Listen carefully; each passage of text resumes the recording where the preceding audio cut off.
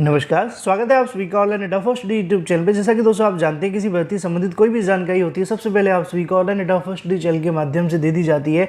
उसी का मैं इस वीडियो में हम बात करने वाले हैं एक बड़ी अपडेट के बारे में। वीडियो को जल्दी से लाइक कर दें, साथ ही शेयर कर दें और चैनल को सब्सक्राइब कर लें, जिससे कि आप सभी को ऑनलाइन एडा फर्स्ट डी चैनल के माध्यम से तमाम उन सटीक जानकारियों के नोटिफिकेशन सबसे पहले मिलते रहें।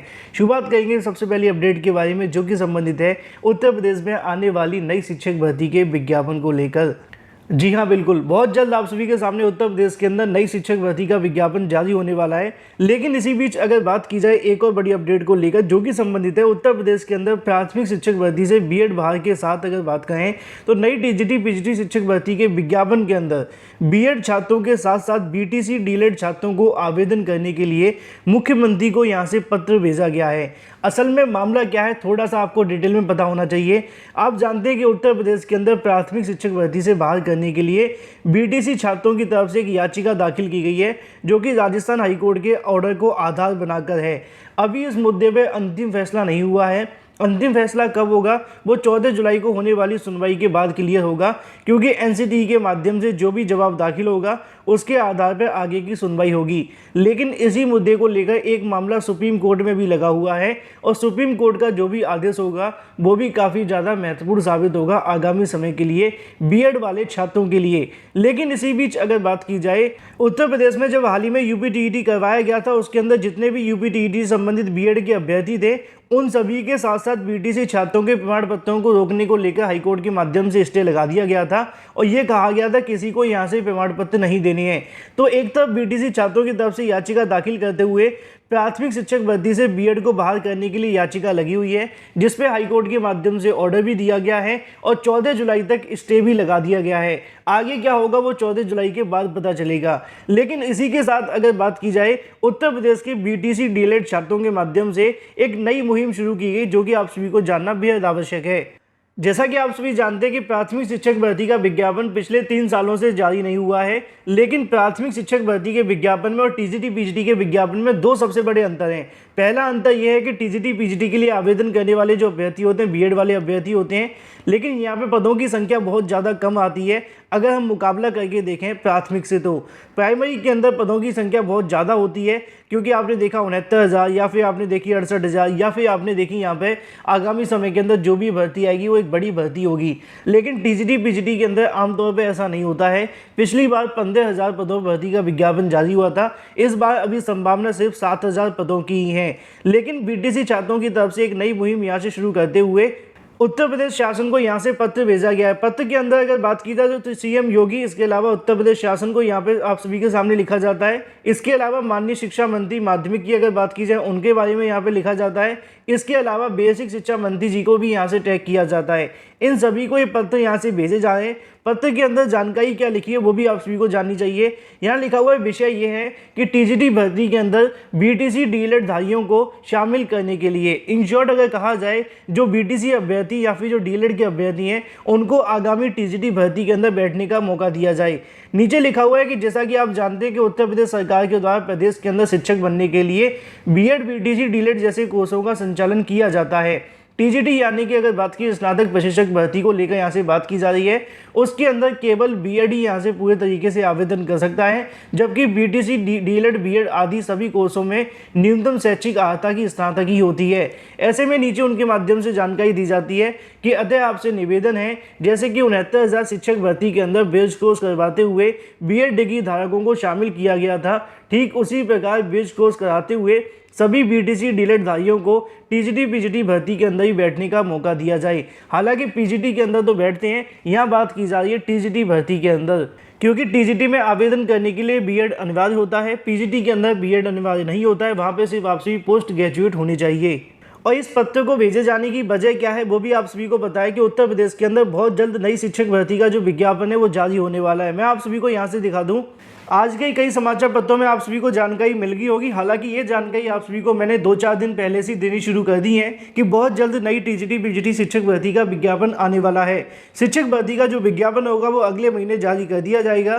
प्रतियोगी छात्रों के माध्यम से माध्यमिक शिक्षा सेवा चयन बोर्ड के चेयरमैन के साथ में मुलाकात देखने के लिए मिलती है, जहाँ पर बताया जाता है कि सहायता प्राप्त माध्यमिक विद्यालयों के अंदर टीजीटी पीजीटी की नई शिक्षक भर्ती का जो विज्ञापन है वो जून के अंदर जारी कर दिया जाएगा, ऐसा भरोसा दिलाया है।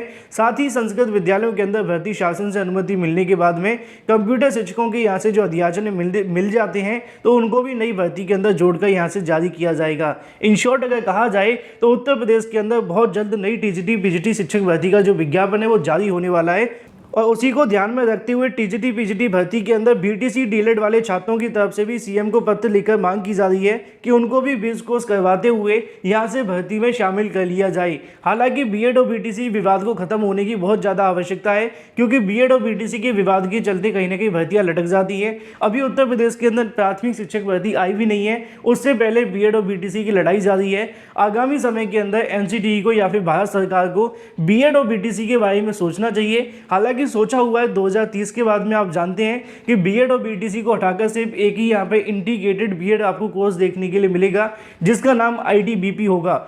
लेकिन उससे पहले बीएड बीटीसी के विवाद को खत्म करने के लिए कोई ना कोई प्रावधान यहाँ से लाना पड़ेगा, अदरवाइज बार बार मामले न्यायालय में जाते हैं। इससे नुकसान दोनों ही पक्षों को देखने के लिए मिलता है।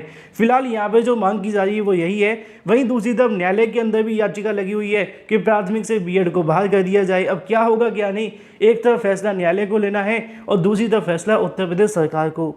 बाकी आप क्या चाहते हैं कमेंट करके अवश्य बताएं, क्योंकि बीएड और बीटीसी की लड़ाई खत्म होगी तभी यहाँ से भर्ती सही तरीके से पूरी हो पाएंगी, क्योंकि बाद में अगर भर्ती आई तो विवाद का विषय बन सकती हैं। लेकिन वहीं दूसरी तरफ बात की जाए अपनी अगली अपडेट के बारे में, जो कि संबंधित है 6800 प्राथमिक भर्ती को लेकर।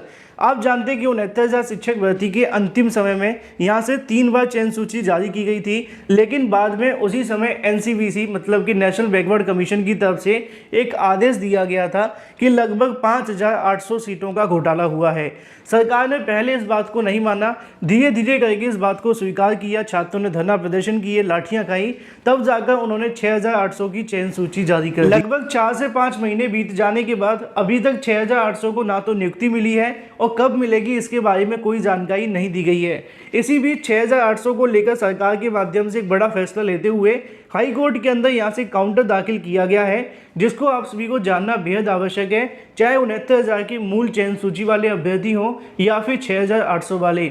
वजह आप जानते हैं, क्योंकि यहाँ पे कोर्ट के माध्यम से कहा गया था कि आप 69,000 शिक्षक भर्ती के अंदर एक भी सीट नहीं बढ़ा सकते हैं। और जब कोर्ट के माध्यम से ऐसा कहा गया तो छात्रों के मन में सवाल ये था कि क्या आगामी समय के अंदर 6,800 में कोई यहाँ से सीट बढ़ेगी, क्या 6,800 को नियुक्ति मिलेगी या फिर 69,000 की चयन सूची को रद्द कर दिया जाएगा। यहाँ पे आप सभी को देखने के लिए मिलता है कि सरकार के माध्यम से लगाए गए काउंटर को अगर समझा जाए तो उनकी तरफ से बताया जाता है कि यहाँ पे सुप्रीम कोर्ट के आदेश पे 2 भर्तियाँ देखने के लिए मिली, पहली 68,000, दूसरी 69,000 शिक्षक भर्ती। इसके अलावा यहाँ पे आप सभी के सामने ये भी देखने के लिए मिलता है, उनकी तरफ से बताया गया कि यहाँ पे सुप्रीम कोर्ट के अंदर, माफ कीजिए, नेशनल बैकवर्ड कमीशन की तरफ से दिए गए आदेश के आधार पर बताया जाता है कि यहाँ से कोई सीटों का घोटाला देखने के लिए मिला है। जो कंप्लेंट यहाँ से छात्रों के माध्यम से की गई थी उसके आधार पर कमीशन की तरफ से बताया गया और सरकार की तरफ से इसको दोबारा से यहाँ से कहीं ना कहीं एग्जामिन किया गया तो उनको पता चला कि भर्ती के अंदर कुछ अभ्यर्थियों का घोटाला देखने के लिए मिला है। उसी घोटाले को ध्यान में रखते हुए सरकार की तरफ से 6,800 की चयन सूची को जारी कर दिया गया। सरकार ने यहाँ पे इस बात को भी स्वीकार किया कि जो एक बार आरक्षण ले चुके उनको दोबारा आरक्षण नहीं दिया गया, जिसके चलते उनका जो चयन था ओवरलैप देखने के लिए नहीं मिला और भी तमाम अलग अलग प्रकार की चीज़ें देखने के लिए मिली। अभी तक सरकार के माध्यम से हाईकोर्ट में जो जवाब दाखिल किया गया है उनकी तरफ से 6,800 को बचाए जाने का प्रयास किया गया है, लेकिन अभी भी 6,800 के ऊपर किसी प्रकार की कोई भी आदेश कोर्ट के माध्यम से जारी नहीं हुए हैं। सुनवाइयाँ जारी है, आगामी समय के अंदर कोर्ट में छुट्टियाँ होने वाली हैं। अब ऐसा लगता है कि 6,800 में जुलाई से पहले कुछ भी होने की संभावना बिल्कुल भी नहीं है, क्योंकि एक तरफ सरकार की तरफ से आदेश तो दिए गए, काउंटर भी दिया गया है, लेकिन कोर्ट की तरफ से जब तक कोई आदेश नहीं आ जाता, जब तक कोई भर्ती को लेकर दिशा निर्देश नहीं आ जाते, उससे पहले 6,800 भी आगे नहीं बढ़ेगी। दोनों ही अभ्यर्थी लटके हुए, चाहे वो 69,000 की मूल चयन सूची वाले हों या फिर 6,800 वाले, दोनों को लेकर किसी प्रकार के कोई आदेश यहाँ पे कोर्ट के माध्यम से आने के बाद ही अब ये भर्ती आगे बढ़ने की संभावना है। फिलहाल 6,800 6,800 को कब तक नियुक्ति मिलेगी, ये पूरे तरीके से सरकार और कोर्ट के ऊपर डिपेंड है। सरकार चाहे तो इनको नियुक्ति दिलवा सकती है, लेकिन अभी तक ऐसा देखने के लिए नहीं मिला, क्योंकि सरकार पक्ष रखने के लिए कोर्ट जाती हुई दिखाई भी नहीं दे रही है। और यही वजह है कि 6,800 के बारे में कोर्ट के माध्यम से कोई राहत अभी तक सरकार को नहीं मिली है। फिलहाल काउंटर दाखिल हो जाने के बाद भी कब तक नियुक्ति होगी, इसको लेकर क्वेश्चन मार्क है। वीडियो को लाइक कर दें, साथ ही शेयर कर दें।